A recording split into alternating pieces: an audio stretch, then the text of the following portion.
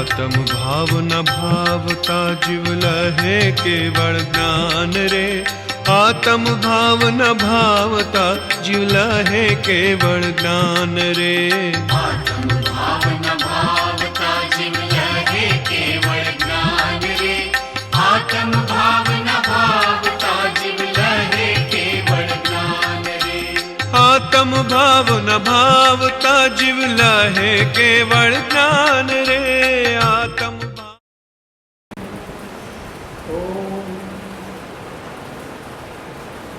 स्वाध्याय श्री तत्वानुशासन सतशास्त्र एवं श्लोक 16।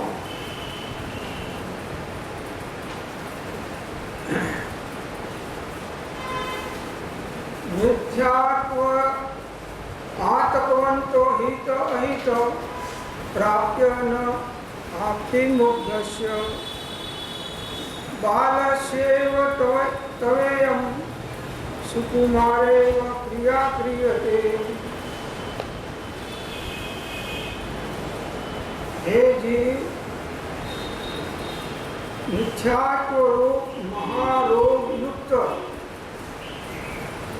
तथा हित अहितनी प्राप्ति अप्राप्ति विશે મૂર્ખ એવા બાળક સમાન તું થઈ રહ્યો છે। તેથી તારી અમે આ સહજ વાસ્તવ્ય આરોગ્યતા જન્ય ઔષધિ તને કહીએ છીએ।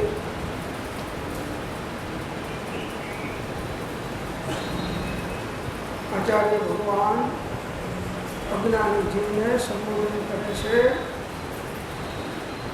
કે અનાદિકાળથી અનાદિ મિથ્યા દ્રષ્ટિ જીવ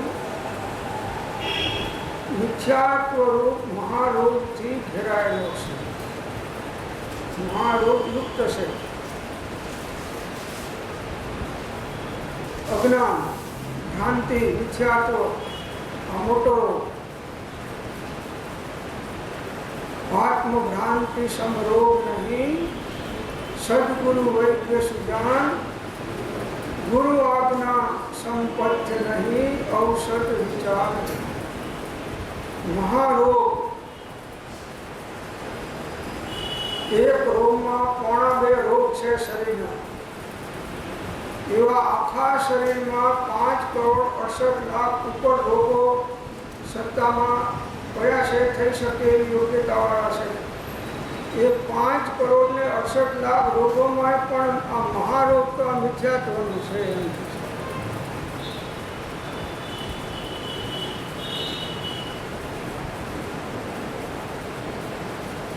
अनादिकाल थी अनंतवार जीव महाव्रत धारण कर्या, शास्त्रों अभ्यास कर्या, अनेक प्रकारनी अटपटी साधनाओं करी, भक्ति करी, सामायिक कर्या, प्रतिक्रमण कर्या, तो पण कैसे आ मिथ्यात्वनो रोग टळ्यो नहीं। केम ना टळ्यो कि गुरु आज्ञा प्रमाणे जे भाव करवाना हता स्वपन्ना ए सम्यक प्रकारे एने ना थया।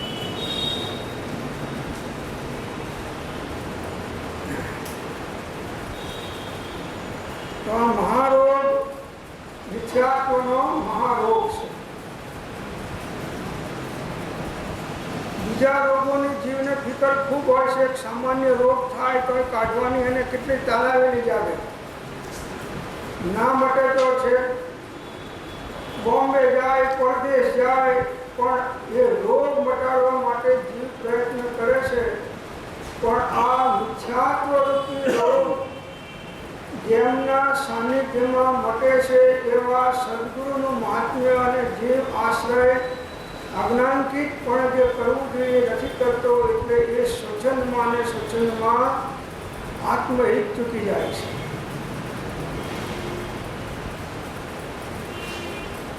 મહારોગ છે।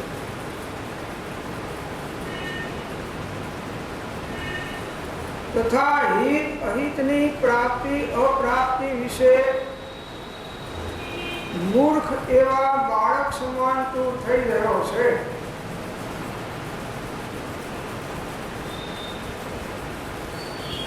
આત્માનું હિત શેમાં છે અને આત્માનું અહિત સાથી થાય છે?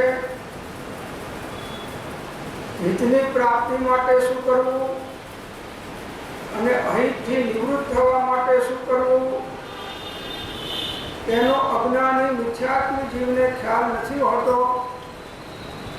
એટલે મૂર્ખ બાળક જેમ અજ્ઞાનમય ચેષ્ટાઓ કરે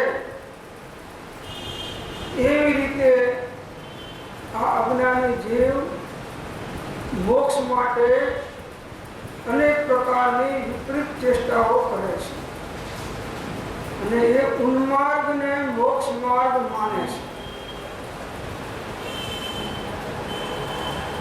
અને એને એમ છે કે હું સાચો છું.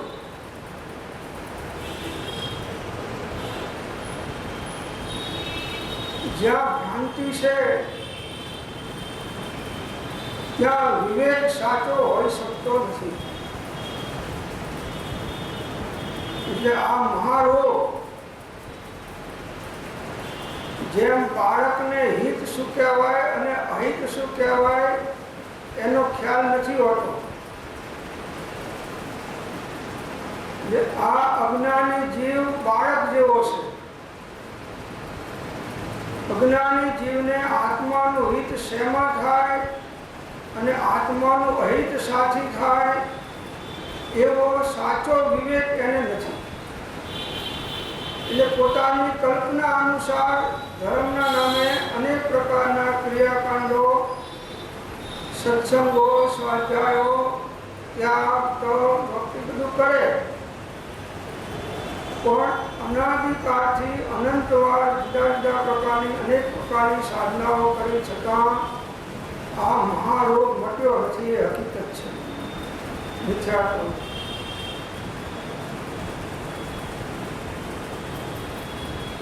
શેમાં હિત અને અહિત છે,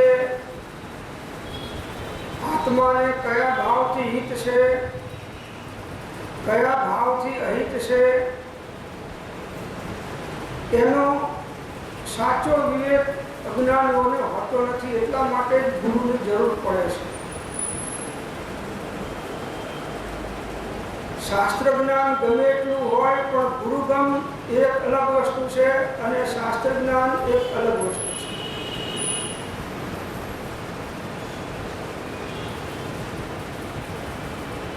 તો અજ્ઞાની જીવ બાળક સમાન છે એમ કહ્યું.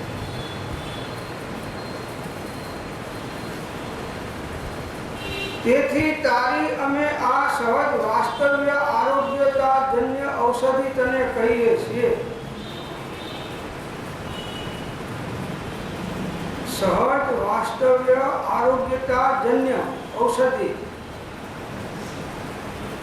મિથ્યાત્વને કાઢવાની અને સમ્યક દર્શન જ્ઞાન ચારિત્રને પ્રગટ કરવાની. એનાથી આત્માની આરોગ્યતા વધે છે, આત્મા નિરોગી થાય છે અને મિથ્યાત્વના કારણે આત્મા રોગી રહે છે. મિથ્યાત્વની અંદરમાં એ જે કંઈ ધર્મના નામે સાધન કરે છે એ બધું એનું વિપરીત હોય છે, યથાર્થ હોતું નથી. મોક્ષ માર્ગમાં પ્રવૃત્તિ બેની છે, એક જ્ઞાની પુરુષની અને એક એમના સાચા આશ્રયવાન જીવની.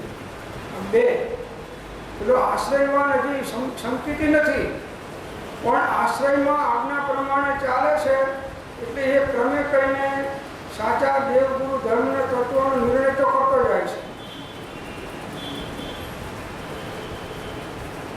એટલે એની પાત્રતા મોક્ષ માર્ગ માટે બનતી જાય છે. અજ્ઞાની કે અજ્ઞાનીના આશ્રયજનોની આ પ્રાપ્તિની યોગ્યતા બની શકતી નથી.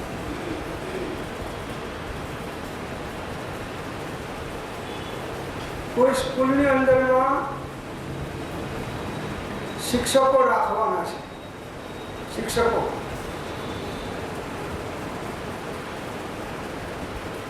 તો એમએડ ને બીએડ વાળા 10,000 રૂપિયા પગાર માંગે છે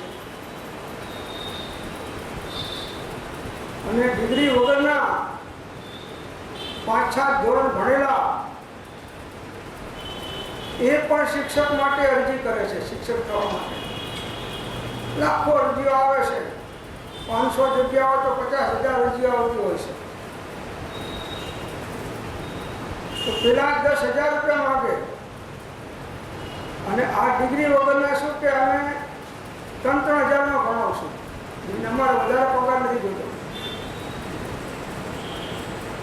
એટલે પેલા સ્કૂલના ટ્રસ્ટીઓને થાય કે આ 10,000માં એક મોઘો પડે છે એના બદલા 3,000ના 3 રાખીએ તો શું ખોટા, 4 રાખીએ સસ્તું પડે.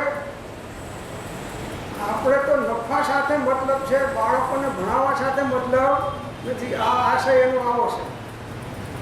હવે 3,000ના 4 માસ્ટર રાખે તો એ છોકરાઓ એ ધોરણમાંથી આગળના ધોરણમાં જવાના નથી.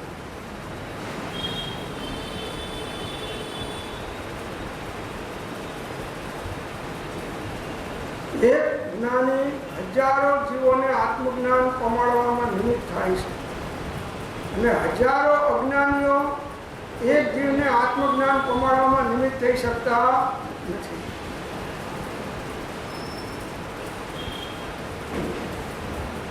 અને આપણે અજ્ઞાનીઓનો આશ્રય છોડતા નથી. કેમ કે ત્યાં આગળ માન પાન પૂજા અને બધી અનુકૂળતાઓ મળે છે. ખાવાનું પીવાનું રહેવાનું બધું મળતું હોય છે. અને પેલાની પાસે તો એવું કે છે નહીં માન પૂજા કે તમારી મોટી થાય એવું બોલે. એટલે જીવ અનાદિકાળથી આ અજ્ઞાનીનો આશ્રય નથી છોડતો અને જ્ઞાનીનો આશ્રય નથી કરતો. એ જ અનંતાનુબંધી કસાયનું સ્વરૂપ છે. આ જ અનંતાનુબંધી કસાયનું સ્વરૂપ છે.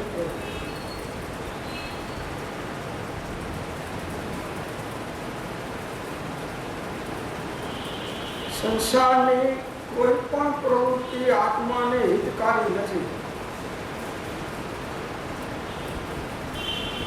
એ સિવાય ધર્મ માર્ગની અંદરમાં શુભભાવયુક્ત ગમે તે ધર્મની ક્રિયાઓ હોય એ પણ આત્મા માટે મોક્ષ માર્ગમાં કાર્યકારી તો નથી.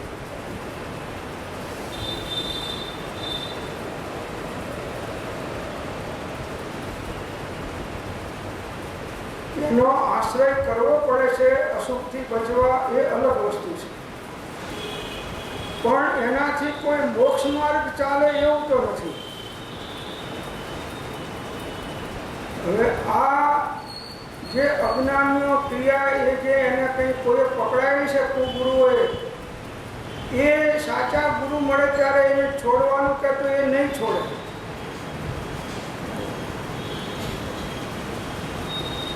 નવો મિયો 5 વાર નમાજ પડે. નવા મિયા થયા હોય કોઈ, પેલા 1 વાર કે 2 વાર પડે જૂના હોય, અને નવા હોય કેટલી વાર પડે? 5 વાર પડે. એટલે આ જીવે ક્યારેય જ્ઞાનીની આજ્ઞા અનુસાર આરાધના કરી નથી. પોતાની કલ્પનાથી અથવા અજ્ઞાની ગુરુઓના આશ્રય નીચે કરી છે, એટલે આ કાર્ય થયું નથી. જ્ઞાની મળ્યા છતાંય જો જ્ઞાનીની આજ્ઞા પ્રમાણે એને સાધના ના કરી તો એ પણ એ મોક્ષનો અધિકારી બની શકતો નથી. મળવાથી લાભ નથી, ઓળખી અને આજ્ઞાને આરાધવાથી લાભ છે. જ્ઞાની મળવાથી લાભ નથી, જ્ઞાનીને ઓળખી અને એમની આજ્ઞાને આરાધે તો લાભ થાય. તો આચાર્ય ભગવાન કહે છે કે તું અનાદિકાળથી આ મિથ્યાત્વ રૂપી રોગથી કૃશ થઈ ગયો છું. તારો આત્મા કૃશ થઈ ગયો છે. હવે તને અમે આરોગ્ય ઔષધિ સમ્યક દર્શન જ્ઞાન ચારિત્રને કહીએ છીએ. આનાથી તારા આત્માનું આરોગ્ય વધશે, તારો આત્મા પવિત્ર બનશે, નિર્મળ બનશે, તને આત્મ શાંતિનો અનુભવ થશે. ધર્મ એટલે આત્મ શાંતિ. ધર્મ એટલે શું? આત્મ શાંતિ. આટલી બધી ધર્મની ક્રિયાઓને ધર્મ આટલા કલાકો સુધી કરીએ છીએ છતાં અંદરમાં શાંતિ કેમ નથી? આકુતા વ્યાકુતા ઉછળતું કેમ છે?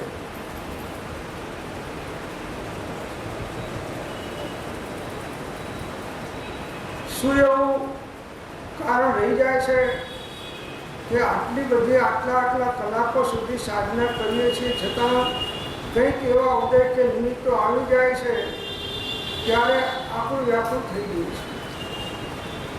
નિમિત્તો ના હોય ને ઉદય ના હોય તો એ જીવ આપણું વ્યાકુળ તો છે, ક્યાં અનાકુળ થયો છે? પેલું જરા સ્પષ્ટ દેખાય છે કે આકુળતા થઈ.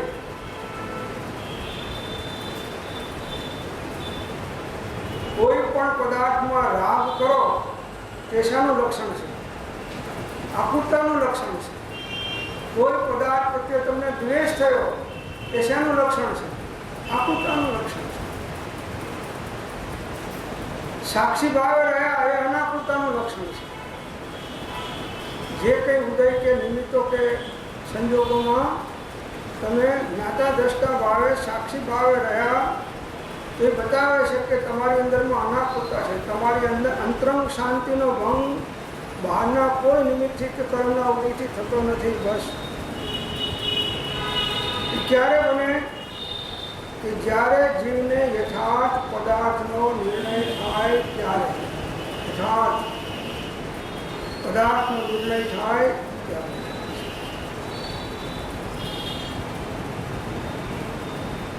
વૈદ જેમ હિત અહિતને નહીં સમજનાર બાળક સમાન રોગીને સહજ ઇલાજ કરે છે.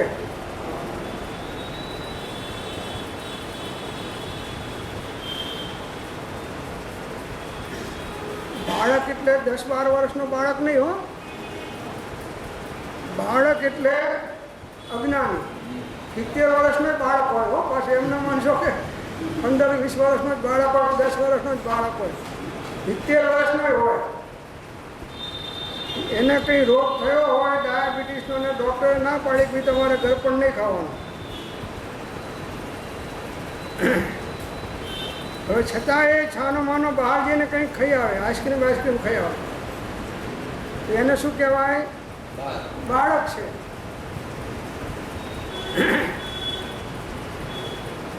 હિત અહિત ના સમજે બધા બાળક. કોઈ પણ હોય, ઉંમર સાથે એને મતલબ નથી.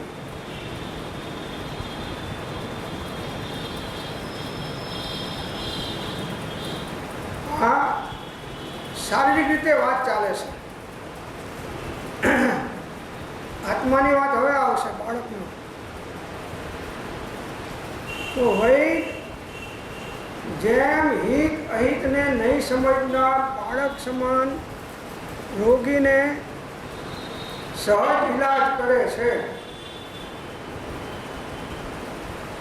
તેનું અહિત દૂર થાય અને એનું હિત થાય એવો ઇલાજ વૈદ કરે છે. તાવ આવ્યો હોય તો તાવ ઉતરી જાય એવી સુદર્શનના પાવડર કે ટીકડીઓ એને આપે છે. આ એનું હિત. હવે એ વખતે એ કંઈ ઘી દૂધના ભારે ખોરાક ખાય તો એનું અહિત થાય.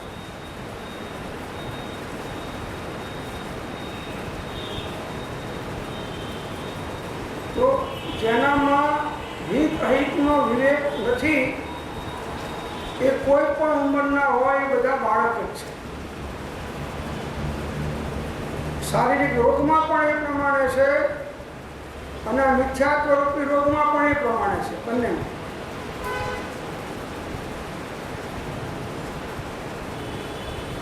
દવા ખાય પણ ચડી પારે નહીં તો બાળક છે.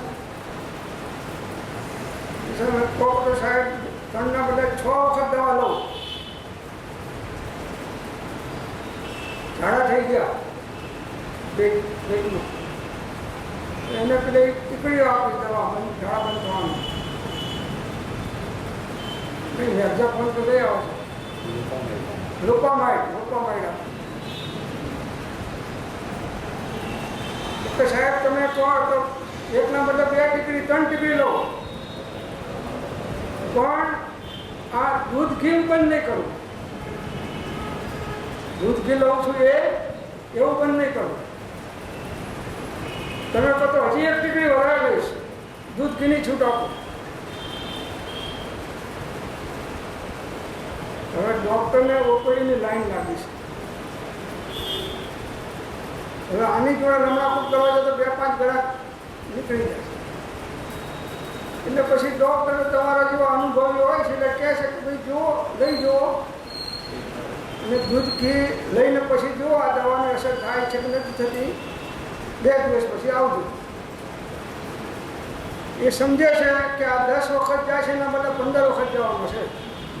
દૂધ ઘી જ્યાં સુધી નહીં પાડે, બંધ કરે ત્યાં સુધી આ 10ના બદલે 15 વખત જવાનું છે. તો આ ડૉક્ટરની દવા લે પણ ચડી ના પાડે એ કેવો કહેવાય? બાળક. એનું નામ બાળક. હવે આખા દુનિયાના જીવો એની બધી બાબતમાં સલાહ લેવા આવતા હોય પણ છતાં એને બાળક છે.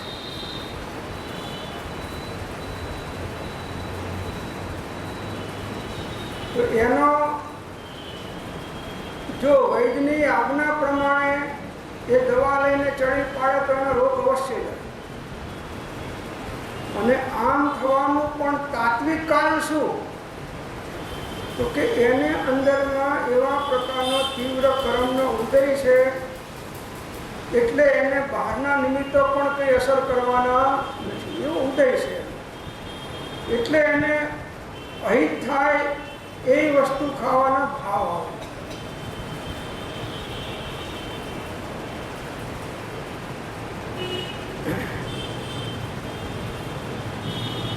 એમ મોક્ષ માર્ગની અંદરમાં કહે છે કે તેમ તું પણ મિથ્યાત્વ પરિણતિ સહિત હોવાથી હિત અહિતને નહીં સમજનાર બાળક જ છે. કોને કહ્યું છે? તેમ તુંમાં કોણ આવે? આપણે બધા જેને મિથ્યાત્વ હોય બધા આવે, ના હોય ના.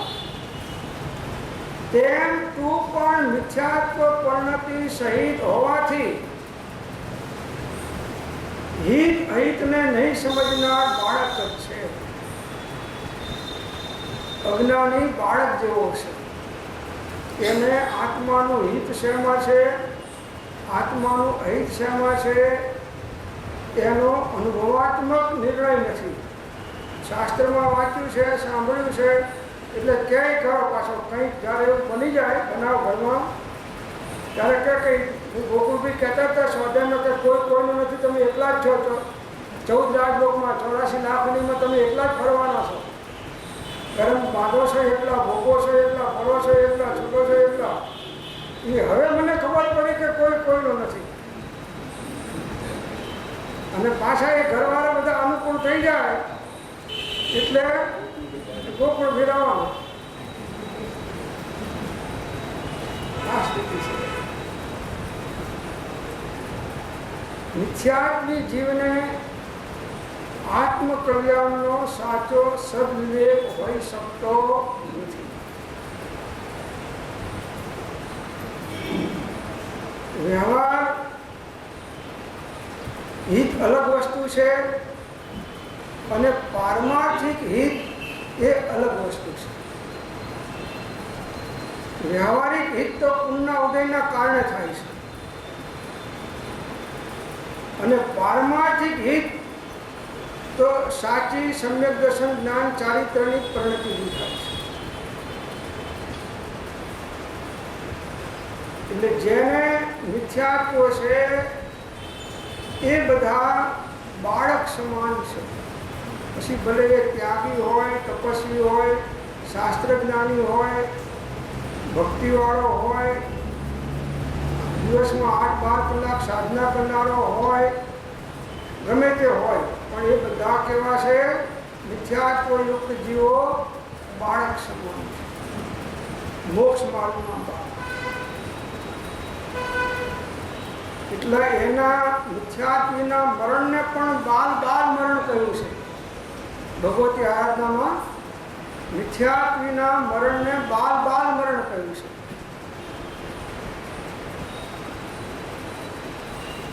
સમ્યક્વીનો બાલ મરણ. એક દેશ શાવક એનું બાલ પંડિત મરણ, રત્નત્રય ધારી મુનિ એનું પંડિત મરણ, અને કેવળ જ્ઞાનીનું મરણ છે એ પંડિત મરણ છે, બાળક છે. એ દેહ છોડતી વખતે પેલા નૌકાર મંત્ર બોલતો જાય તો પણ એ બાળક છે. એમાં કંઈ એને ઠીક છે, એને પુણ્ય બાંધ્યું એટલે કદી ગતિ સારી થાય, પણ એ મોક્ષનો અધિકારી બની શકતો નથી. અને મિથ્યાત્વ સહિતનું પુણ્ય પણ એટલું બધું હોતું નથી કે ઊંચા દેવલોકમાં જાય. એ નીચેના વાણ યંત્રો અને અસુર કુમારોમાં એમાં જાય, જ્યોતિષમાં ઉપરના વૈમાનિક દેવોમાં એ ના જઈ શકે.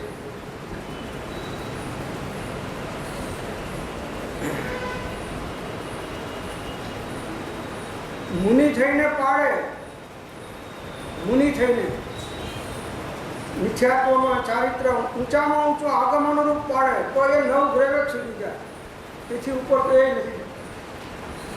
તે પણ આ કાળવાળા તો નહીં, આ તો ચોથા કાળમાં દ્રવ્યલિંગી મુનિ હોય એની વાત છે.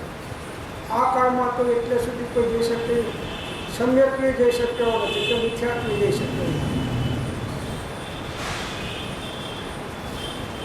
તો મિથ્યાત્વ પરિણતિ સહિત હોવાથી હિત અહિત નહીં સમજનાર બાળક પણ છે. તેમ તું પણ કોને કહ્યું?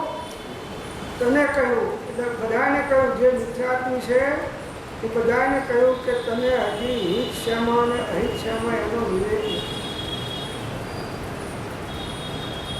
અજ્ઞાનીનો આશ્રય છોડે નહીં અને જ્ઞાનીનો આશ્રય કરે નહીં, એ બાળક છે.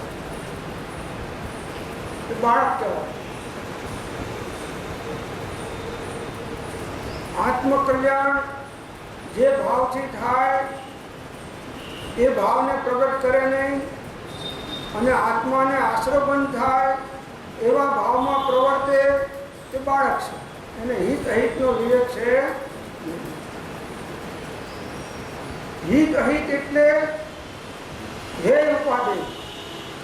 હિત અહિત એટલે હે અને ઉપાદેય. શું ત્યાગવા યોગ્ય છે અને શું અંગીકાર કરવા યોગ્ય છે એનો વિવેક મિથ્યા દ્રષ્ટિ અજ્ઞાની જીવોને હોતો નથી. બાળક છે.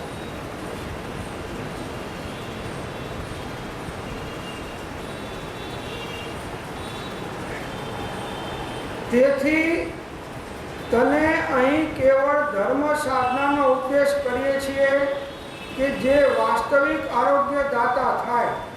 આચાર્ય ભગવાન કહે છે કે અમે આત્માનું શાસનમાં તને ધર્મ સાધનાનો ઉપદેશ કહેવાના છીએ કે જેના કારણે તારું વાસ્તવિક આત્માનું હિત થાય, આત્મા તારો નિરોગી બને.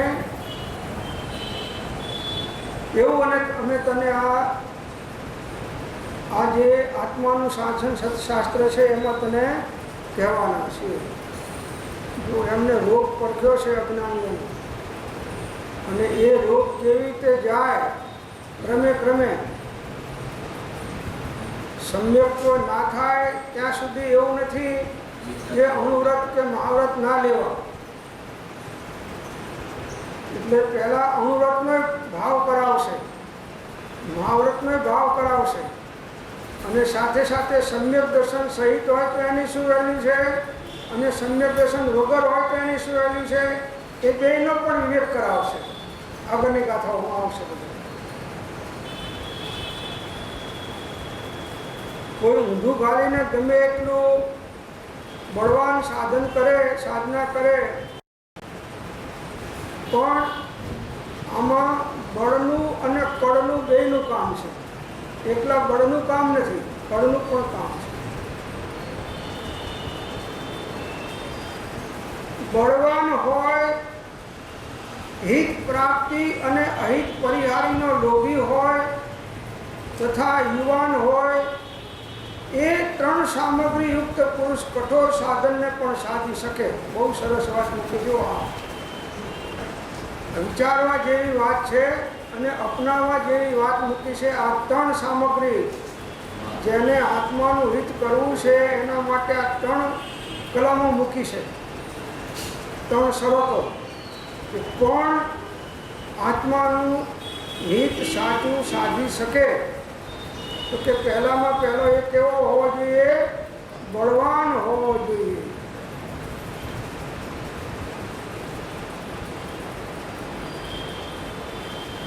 ઢીલા પોચાનું કામ નથી.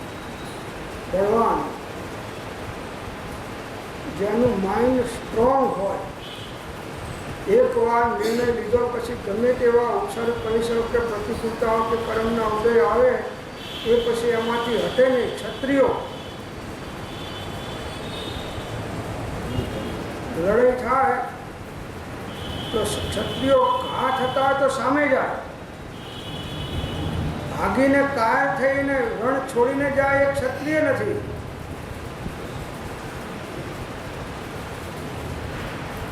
એમની પત્નીઓ પણ, રજપૂતાણીઓ પણ એમને કહેતી હોય છે કે હું તમને તિલક કરું છું, કાં તો જીત મેળવીને આવજો અને કાં તો પાછા ના આવજો.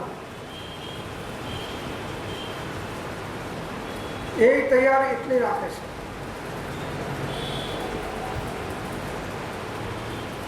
તો પહેલા બળવાન હોય એટલે મેળું તો ડગે પણ જેના મન ના ડગે ભલે ભાંગી પડે બ્રહ્મા. બળવાન. સાહેબ આવી પ્રતિકૂળતા એટલે મેં છોડી દીધું. સાહેબ રોજના 2 સમયનો નિયમ લીધો હતો, પણ અમને ઘરમાં લગ્ન છે કે આવી જરા આવા ઉદય આવે છે એટલે બળવાન નથી. એટલે ખુદી ફરનારો છે બળવાન.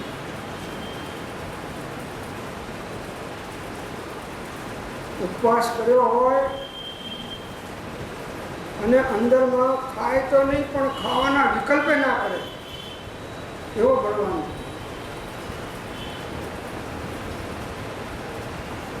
હરિનો માર્ગ છે સુરાનો, નહીં કાયનો કામ જોને.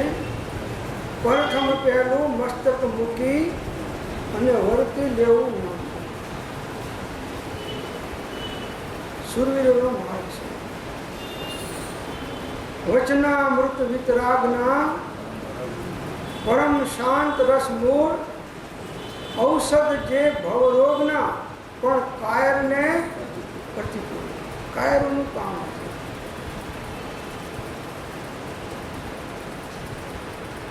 હિજડા વળાવ્યા ના હોય, હિજડાને મિલિટરીમાં દાખલ ના કરે. એ તમારા ઘરે કંઈક પ્રસંગ હોય ને, એ ખસે નહીં, પૈસા લે, પણ એની સામે જો તમે કડક થાવ તો એ કેવું ગુણ આવે? હિજડો છે. 500 હિજડા હોય એને એક ક્ષત્રિય હોય તો ભગાડે, પણ 500 હિજડા એક ક્ષત્રિયને ના ભગાડી શકે. હિજડા હિજડા છે. બળવાન જે કંઈ સમ્યક દર્શન, જ્ઞાન, ચારિત્ર્યની આરાધનામાં એને જે નિર્ણય કર્યો, હવે એમાં એ આગુ પાછું નહીં કરે. જે થવું છે થશે. વિતરાગ દેવ એટલે વિતરાગ દેવ. નિર્ગંધ ગુરુ એટલે રત્નત્રયધારી મુનિ એ નિર્ગંધ ગુરુ. અને એમના દ્વારા પ્રવૃત્તેલો ધર્મ, આ રત્નત્રય ધર્મ, 10 લક્ષણ ધર્મ, વસ્તુ સ્વભાવમય ધર્મ, અહિંસામય ધર્મ, આ ધર્મ. અને જેમાં સિદ્ધાંત બોધની યથાર્થતા છે અને જે રત્નત્રય ધારી મુનિ આચાર્ય ગણધર ભગવંતો દ્વારા રચાયેલા છે એ સતશાસ્ત્ર. મંદિર આણું નહીં એ અમકુલવટ રીત જિનેશ્વર, બીજો નહીં. સિંહ ભૂખે મરી જાય પણ ઘાસ ના ખાય, એ ઘાસ નહીં ખાય. બળવાન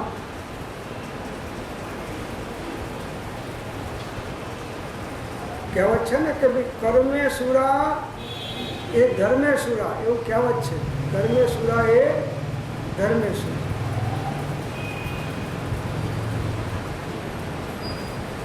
એટલે આ માર્ગ ક્ષત્રિયોનો છે, એમ વાણિયાઓનો નથી. આપણે તો સાચવવા રાખ્યો છે. વાણિયાને સાચવતા આવડે, મૂડી વાપરે નહીં અને વ્યાજમાં વધારતો જાય પણ ઘટાડે નહીં. એટલે ક્ષત્રિયોએ આપણને ધર્મ સાચવવા આપ્યો કે ભાઈ આ 5મા 6ઠા આરા સુધી તમે સાચવજો. હચવાય એટલે 5મા આરા સુધી હચવાનો છે, પછી તો સચવવાનો નથી.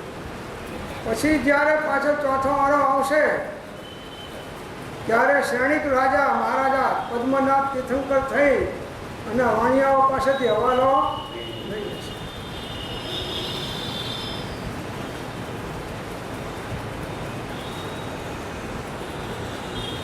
જેમ એક મોદી હિન્દુસ્તાન ઉપર એક મોદીએ બધા કમાન્ડ લીધો, એમ એક તીર્થંકર ભગવાન આખી પૃથ્વી ઉપર એમનો ધર્મનો કમાન્ડ હોય છે.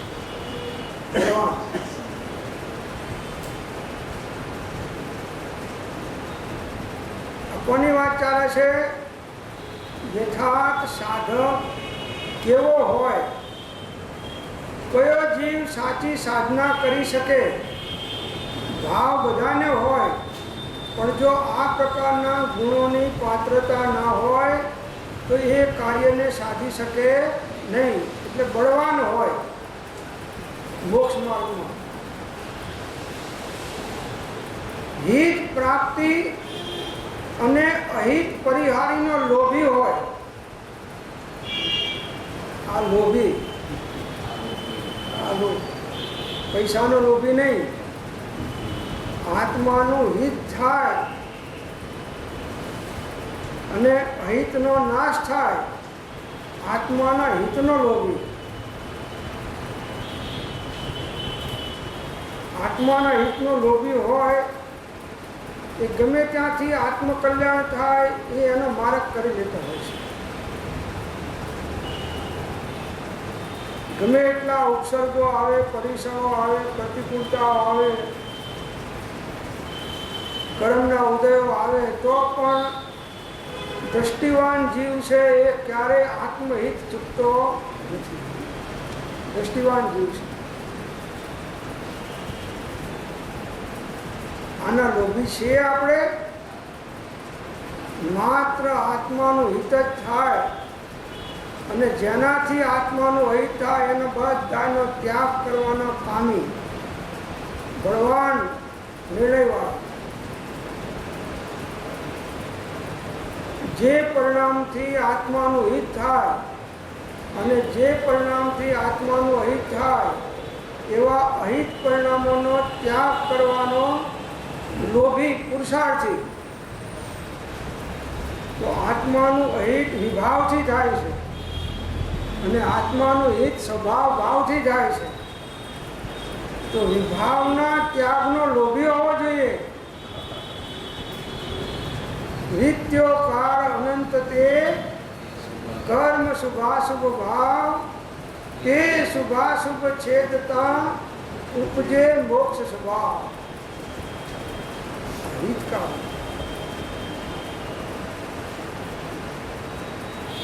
તો આવી હિતકારી વાણી કોની હોય?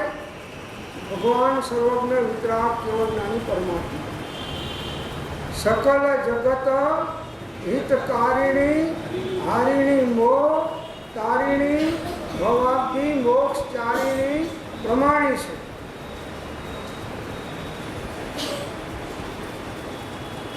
ઘરવાળાની વાણી હિતવાળી કે હિતવાળી તો એમની આજ્ઞા માનીને ચાલીએ છીએ. એ કે આ દુકાને ના જશો, મારો ભાઈ આવવાનો છે. આજ્ઞા માનશે કે નહીં માને? આજ્ઞાંકિત છે. એ હિતકારી છે કે અહિતકારી? અને આ બાજુ જ્ઞાની કે ભાઈ આજ દુકાને ના જશો, આજ તમે 6 સામાયિક કરજો, ઘેર બેસીને આ સ્વાધ્યાય કરો, આજ પુસ્તક પૂરું કરીને લાવજો કાલે. તો સાહેબ તમારી આજના માથા ઉપર પણ ખૂટી મારી ખસવાની નહીં. તમે કોઈ માથા ઉપર પણ ખૂટી મારી ખસવાની, તમે મારા આત્માનું હિત જ કરો. પણ સાહેબ અત્યારે આ ઉદય એવા છે, નિમિત્તો આવા છે, અને હું આમ ના કરું તો આમ થઈ જાય. આ બધા ગણિત એની અંદરમાં હોય છે નહીં. રામજી બાપાએ એક વખત ઈડરમાં પ્રયોગ કર્યો. ઘંટિયા પાવ ઉપર આવેલા બધા ભક્તો આવેલા એમની સાથે. પછી સત્સંગ ચાલ્યો અને એમાં કહ્યું કે ભાઈ તમે સાંભળો છો ઘણા વર્ષોથી ને ઘણા જીવો આવો છો, પણ આમાં આજ્ઞા માનીને આજ્ઞા પાડનાર, આજ્ઞા પ્રમાણે ચાલનારા તો માંડ થોડા હશે. આ તો હું તમારી પરીક્ષા નથી કરતો. તો પેલા બધા કકડાના પરીક્ષા કરો. કે સારું. બીજો દિવસ થયો અને ત્યાં બધા ઊભા હતા સાથે. પછી કહ્યું કે ભાઈ આ સામે કૂદી સામે જઈ અને નીચે ભૂસકો મારો. બધાય તૈયાર થઈને દોડ્યા છે, બધાય તૈયાર થઈને દોડ્યા. ભૂસકો મારો છેક ગયા ને એને અટકાયા. રહેવું પડો, હવે તમે તરવાના કામ છો. એક માટલું હોય એ તમે આમ ખખડાઈ લો છો. બોધું ના હોવું, માટલું ખાલી. આવી રીતે શિષ્ય બોધો હોય એ કામ ના કરી શકે, અજ્ઞાંકિત હોય તો કામ કરી શકે. તો આત્માના હિતની પ્રાપ્તિ થાય અને અહિતનો પરિહારી થાય, એનો લોભી હોય એ જીવ આત્માની સાધના સાચી સાધી શકે, કરી શકે. દુનિયાના લાખો કરોડો રૂપિયાનું નુકસાન જાય તો જવા દે, પણ આત્મહિતને ચૂકે નહીં. આપણે તો 2 પૈસા માટે ભગવાનની સોગન આટલામાં છે ને તમને આટલામાં આપું છું, તમે ઘરના સોગન. ભગવાનની સોગન, ભગવાન મરી જાય એને કેમ વાંધો છે? જો ઇજ્જત કેટલી છે એની ભગવાનની, એના પાસે ભગવાનની ઇજ્જત કેટલી.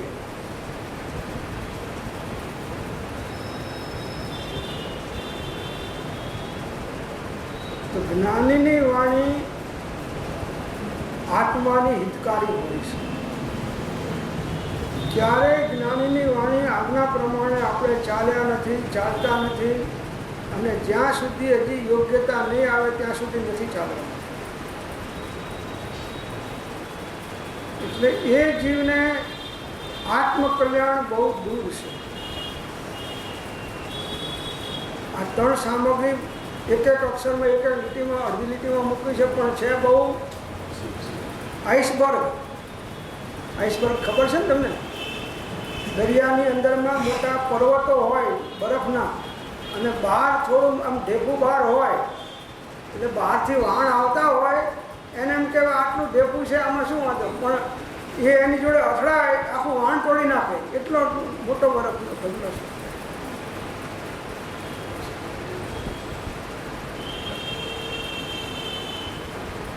એટલે આચાર્ય સૂત્રમાં મૂક્યું કે આણાએ ધંબો અને આણાએ સત્પુરુષની આજ્ઞા એ જ ધર્મ છે, અને સત્પુરુષની આજ્ઞા એ જ તપ છે.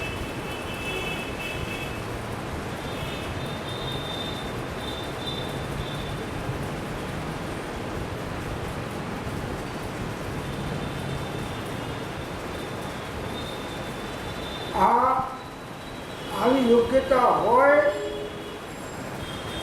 ત્યારે સત્પુરુષનો બોધ પરિણામ પામી અને જીવને આત્મજ્ઞાન પ્રાપ્ત થવામાં કાર્યકારી થાય છે. તો પહેલું શરત કેવો હોવો જોઈએ? સાધક બળવાન હોય. બીજી વાત મૂકી કે હિત પ્રાપ્તિ અને અહિત પરિહારીનો લોભી હોય તથા યુવાન હોય. એટલે મજબૂત મનના હોય. સુભાગભાઈ યુવાન હતા. હા, યુવાન હતા.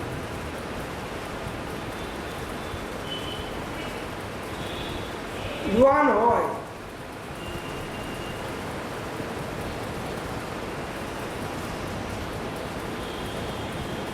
ઠરેલ હોય. યુવાન પણ પાછો કેવો હોય? ઠરેલ હોય. કુદાકૂદ કરનારા, ઉછળકૂદ કરનારાનું આમાં કામ નથી. ઠરેલ હોય.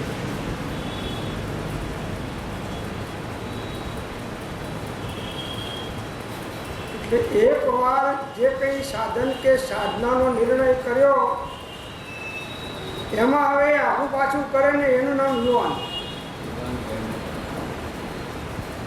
ये युवा वैनो सर्व संग परित्याग महद पदने अर्पे છે. યુવાનીમાં જે સાધના થાય, તપ, ત્યાગ, ધ્યાન, ચિંતન, ઉપવાસ, જે કંઈ એ વૃદ્ધ અવસ્થામાં જીવ કરી શકતો નથી. કરવા જાય તો શરીર સહકાર આપતું નથી. બેસી શકે નહીં, સાંભળી શકે નહીં, બોલી શકે નહીં. મનમાં વિકલ્પો ખૂબ ચાલે. એ સાધના સાધી શકે નહીં. વિશેષ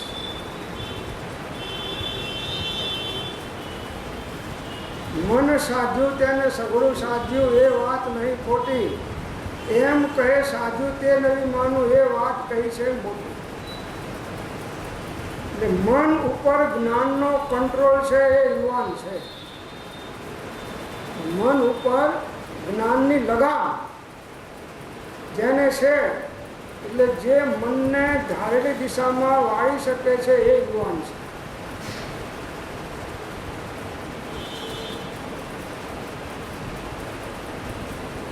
એટલે યુવાન હોય એ ત્રણ સામગ્રી યુક્ત પુરુષ કઠોર સાધનને પણ સાધી શકે. આ ત્રણ ગુણો જેમાં હોય મુખ્યપણે, આની સાથે બીજા ઘણા હોય છે પણ આ મુખ્યતઃ આ ત્રણમાં ઘણા ગુણો સમાવેશ કરી દીધો છે. એટલે આ ત્રણ સામગ્રી યુક્ત પુરુષ કઠોર સાધનને પણ સાધી શકે. કઠોર સાધનની અંદરમાં ભલા પાછા પડી જાય છે. કઠોર સાધના ઉનાળાની અંદરમાં ધગધગતી ડુંગરની શિલા ઉપર, પર્વતની શિલા ઉપર બેઠા છે.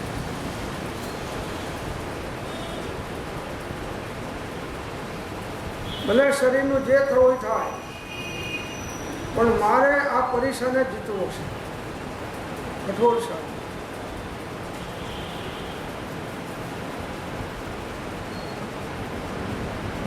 તત્વજ્ઞાન તરંગીનું મૂક્યું છે કે આવી કઠોર શિયાળા, ઉનાળા, ચોમાસામાં પણ જીવે સાધનાઓ કરી છે અને છતાંય એને આત્મદ્રષ્ટિ નહીં હોવાથી આત્માનું કલ્યાણ સાધી શકતો નથી. અજ્ઞાનપૂર્વક, હઠપૂર્વક, સમજણ વગર કઠોર સાધના પણ આત્મહિતકારી બની શકતી નથી. શાસ્ત્ર જ્ઞાન માટે પણ મૂક્યું કે એને ઘણા શાસ્ત્ર જ્ઞાન કર્યા, શાસ્ત્રો લખ્યા, બીજાને ઉપદેશ્યા, બીજા પાસેથી સાંભળ્યા, તો પણ એના જે મિથ્યાત્વ નાશ માટેનો પુરુષાર્થ કરવો જોઈએ એ પુરુષાર્થ એનો યથાર્થ થયો નહીં. એટલે એનું પરિભ્રમણ હજુ ચાલુ રહ્યું. શાસ્ત્ર જ્ઞાનવાળા માટે પણ કહી દીધું, ત્યાગવાળા માટે પણ કહી દીધું કે અનંતી વાર આ જીવે મુનિ દીક્ષા ધારણ કરી છે. અનંતવાર નવ ગ્રેવે ગયો છે. મુનિવ્રત ધાર અનંતવાર ગ્રેવે ઉપજાયો. પય નિજ આત્મ જ્ઞાન વિના સુખ લેશ ન પાય. એટલે આપણે રાજી થવા જેવું નથી કે આટલા શાસ્ત્રો વાંચી ગયા એટલે મારું કામ થઈ ગયું, કે આટલા તપ ત્યાગ કરે એટલે મારું કામ થઈ ગયું, કે આટલી સામાયિક પ્રતિક્રમણ કે ભક્તિ કરે એટલે મારું કામ થઈ ગયું. નહીં. ઉપયોગ એ સાધના છે. ઉપયોગ તમે ક્યાં લગાડો છો, ઉપયોગમાં શેનું મહાત્મ્ય છે, ઉપયોગ કોનો આશ્રય કરે છે, એ અશુભ ઉપયોગ છે, શુભ ઉપયોગ છે કે શુદ્ધ ઉપયોગ છે, એ જુઓ તો ખ્યાલ આવે કે ધર્મ તો શુદ્ધ ઉપયોગમાં રહેલું છે. હદ હદ પે સૌ કોઈ ગયા, बेहद गया न कोई, बेहद के बाजार में रमे कबीरा कोई. બેહદમાં જવાનું છે. શાસ્ત્ર વાંચીને પણ ઉપયોગને આત્મામાં સ્થિર કરવાનો છે. શાસ્ત્રમાં ને ભમાડ્યું તો આ પદ્મનંદીમાં કીધું છે કે આ વ્યભિચારણી બુદ્ધિ છે. તારી શાસ્ત્રમાં રમનારી બુદ્ધિ પણ વ્યભિચારણી કીધી. કેમ કે નિજ ઘરને છોડીને પરઘરમાં ગઈ છે. પદ્મનંદી આચાર્ય ભગવાને કીધું છે. એક બાજુ શાસ્ત્રને ઉત્તમ સાધન તરીકે કીધું, પણ જેને શાસ્ત્રીય અભિનિવેશ થઈ જાય અને જે ઉપયોગની સાધના સ્વરૂપલક્ષી હોવી જે ચૂકી જાય તો એના માટે શાસ્ત્રનો નિષેધે કર્યો.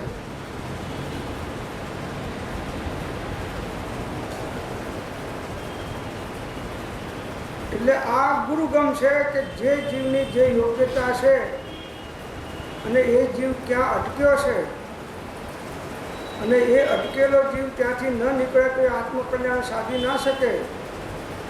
એટલા માટે એને સુરાતન ચડાવીને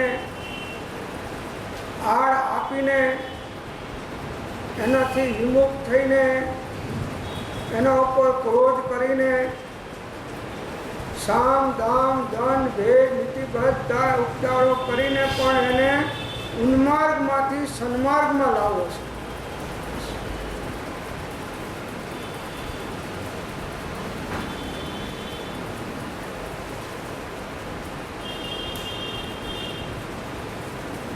તો ઉપર કહેલા 3 ગુણ જેનામાં ન હોય, આ ઉપરના 3 ગુણ જેનામાં ન હોય તેવા પુરુષને તો જેવી તેનામાં કાર્ય સાધક શક્તિ દેખાય તેવું સાધન બતાવી શકાય.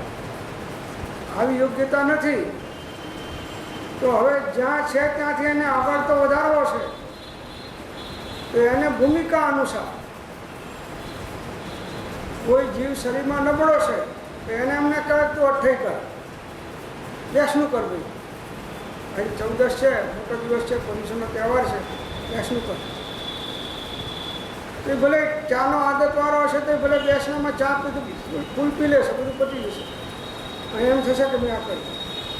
પછી એને ચા છોડાવશે અને 2 ટાઈમે છોડાવશે. અત્યારે જેમ જેમ એની શક્તિ વધતી જાય તેમ તેમ એ આગળની ભૂમિકાનું એને સાધન બતાવતા જાય છે. નહીં તો ગભરાઈ જાય કે આમને માસ કમળ કાઢું કોઈ એકાસન નથી કરી શકતું, મારું શું થશે? પેલો પિંજારો રૂ જોઈને ગભરાઈ ગયો. પિંજારો હતો તે રૂના ઢોકળાવાળો વાણમાં એને આવવાનું થયું. તો હવે પિંજારો હાથ પડે 5-10 કિલો આમ પેલું તો કરીને કાઢતો હોય. ગોજરા ઓશિકા ભરે ને બધા ગાદલા ગોજરા બધા કરે ને એમાં. હવે આ તો 1000 મણ રૂનો ઢગલો ઘાસળીઓ ઢોકણા. એટલે આને જોયું કે આમાં કેટલા પિંજારા હોય ને ક્યારે આને પીંજી શકે. આ એક પિંજારાનું કામ છે નહીં. આવા 1000 પિંજારા ભેગા થાય તોય આ 12 મહિના સુધી કાંચી ના શકાય, તૂણી ના શકાય. એટલો આ રૂપ છે ને. હવે હું ક્યારે હવે પણ તારે ક્યાં આને કાંચવાનું છે? તારે તો મુસાફરી ઘર ભેગા જવું છે. તો આ વિચારના વાયુમાં ચડી ગયો અને પછી બકવા માંડ્યો કે મારાથી તો નહીં થાય, મારાથી આ કામ નહીં થાય, મારાથી આ કામ નહીં થાય. બધા ખલાસીઓ કપ્તાન ભેગા ભેગા શું છે બધું કે મારાથી નહીં થાય, મને ઉતારી દો. એના ઘર સુધી જ્યાં જવાનું હતું ત્યાં સુધી પહોંચીને પછી ઉતાર્યો. ઘરવાળા લેવા આવ્યા છે, લઈ ગયા. ઘરવાળા પૂછે કે શું થયું? તો કંઈ થયું નથી, કે શરીરમાં કોઈ રોગ નથી, પણ હવે એમના મગજનું કંઈક ઠેસી ખસી ગઈ છે, એટલે મારાથી નહીં થાય, મારાથી નહીં થાય, મારાથી નહીં થાય એમ બોલ્યા કરે છે. બધા ડૉક્ટરને બતાવ્યું પણ કંઈ રોગ હોય તો ડૉક્ટરો પકડે ને, કંઈ રોગ નહીં. પછી કોઈએ સલાહ આપી કે ભાઈ આ મનોરોગના ડૉક્ટરને બતાવો, અને કંઈક માનસિક રોગ લાગે છે. પછી એની પાસે ગયા, મનોરોગના ડૉક્ટર પાસે. એમને જોયું, બધું પૂછ્યું. પછી કે તમે શું ધંધો કરો છો? તો કે રૂ કાંતવાનો. કેટલા વર્ષથી કાંતો છો? કે આખી જિંદગી એ જ કર્યું છે. કેટલા દિવસ ત્યાં થયું છે? તો કે 1 મહિનાથી આ તકલીફ ઊભી થઈ સામે. ઘરવાળાએ કીધું.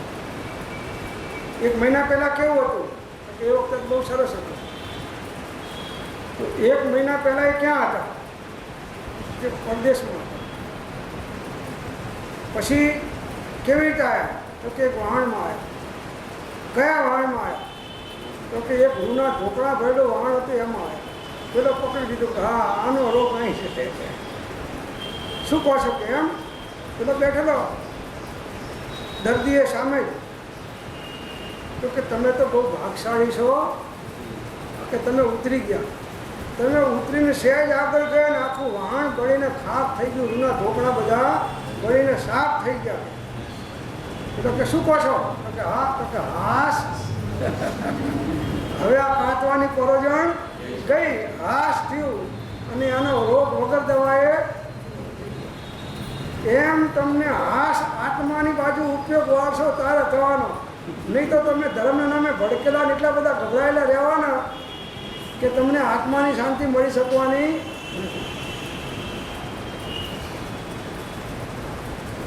તો જેની જેવી ભૂમિકા હોય એને અનુરૂપ સાધન બતાવવું જોઈએ હંમેશા. નીચી ભૂમિકાવાળાને ઊંચું સાધન બતાવો તો ફેલ જાય.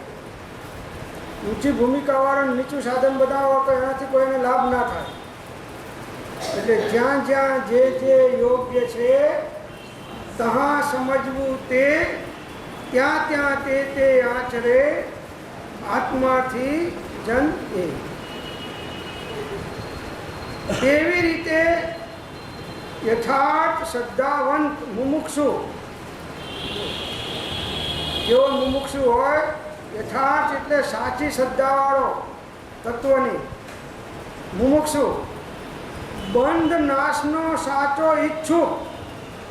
જો હજી આપણે આ બંધમાંથી મુક્ત થવાની સાચી ઈચ્છાવાળા થયા નથી. હજી તમે આપતા હોય તો લઈ લઈએ સાહેબ બોક્સ, બાકી અમારે કંઈ ઉતાવળ નથી. મનુષ્ય ગૌતાઓ અનંત વાર્તાનો કોચો મળ્યા છે અને હજુ બીજા અનંત મળશે, એમાં ગમે એમાં લઈ લઈશું. નહીં, તરવાનો કામી હોય એનું કામ છે તાત્કાલિક.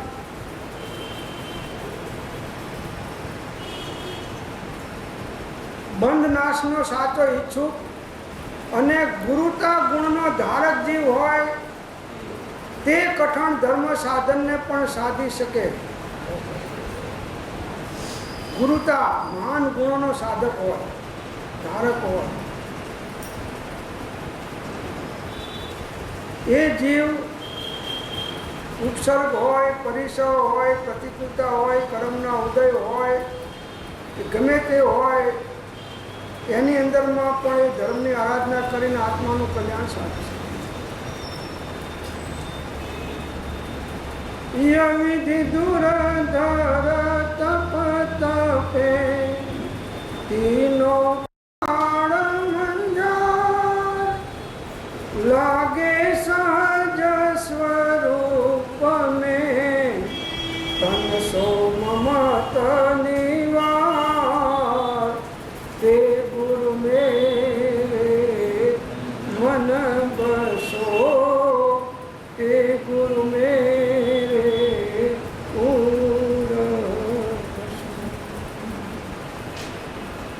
ગુરુતા ગુણનો ધારા.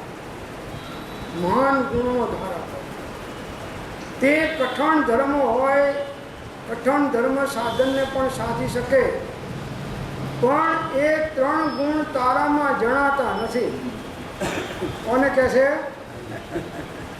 જેના મનથી એને કહેશે કે આ 3 ગુણ તારામાં જણાતા નથી, તેથી તારાથી સાધી શકાય એવો સમ્યક કોમળ ધર્મ તને બતાવશું. જો સાધી શકાય એવો. તારા એર કન્ડિશનમાં સમ્યક તને વાંધો નહીં આવે, થશે.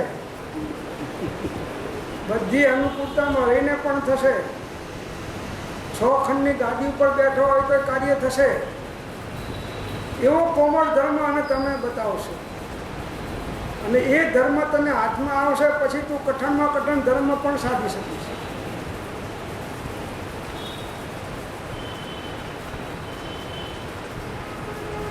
હવે ચારિત્ર આરાધનાના વિચારને વિચારતા એવા શ્રી આચાર્ય ભગવાન તે ચારિત્ર આરાધનાના આરાધકોને યોગ્ય અણુવ્રત રૂપ સુગમ ચારિત્ર આરાધનાને પ્રગટ કરે છે. હવે સાવકના માટે છે કે જે મુનિપણને સાધી શકે એવી શક્તિવાળો, યોગ્યતાવાળો નથી, તો એ સાવકોના વ્રત અંગીકાર કરીને પણ ધીમે ધીમે આગળ વધતો જાય.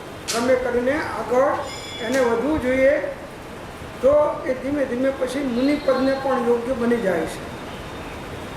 તો હવે આચાર્ય ભગવાન સાવકોને કેવા વ્રતોનું પાલન કરી અને સાવકનું જીવન જીવવું જોઈએ એ વાત આગળના હવે અંદરમાં બતાવશે. અણુવ્રતોનું વર્ણન આવશે, ગુણવ્રતો, શિક્ષા વ્રતો, આ બધા વ્રતોનું વર્ણન આવશે. સાવકોના 12 વ્રતો અને 11 પ્રતિમાઓ, 12 વ્રતો અને 11 પ્રતિમાઓ, એનું વર્ણન ક્રમે કરીને આમાં આગળ આવશે. એ વખતે આપણે અન્ય સમયે વિચારશું. ઓમ શાંતિ શાંતિ.